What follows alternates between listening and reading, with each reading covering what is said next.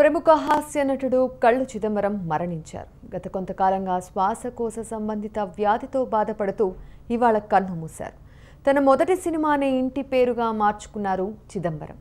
ఉద్యోగిగా పనిచేస్తున్నప్పుడే పలు నాటకాల్లో వేషాలు కూడా వేశారు. అనంతరం సినిమాల్లోనూ తనకంటూ గుర్తింపు సంపాదించుకున్నారు. దాదాపు 300 సినిమాల్లో నటించారు కళ్ళు చిదంబరం.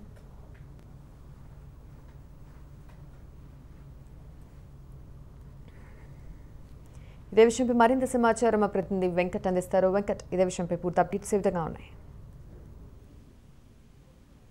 నటుడు కళ్ళు చిదంబరం ఈ రోజు ఉదయం వైజాగ్ లో కేర్ హాస్పిటల్ లో మరణించారు. అయితే ఆయన దాదాపు 300 సినిమాల పైగా ఆయన చేయడం జరిగింది. ఆయన చేసిన ప్రతి పాత్ర కూడా ఒక ప్రత్యేకమైన పాత్ర అని చెప్పుకోవచ్చు.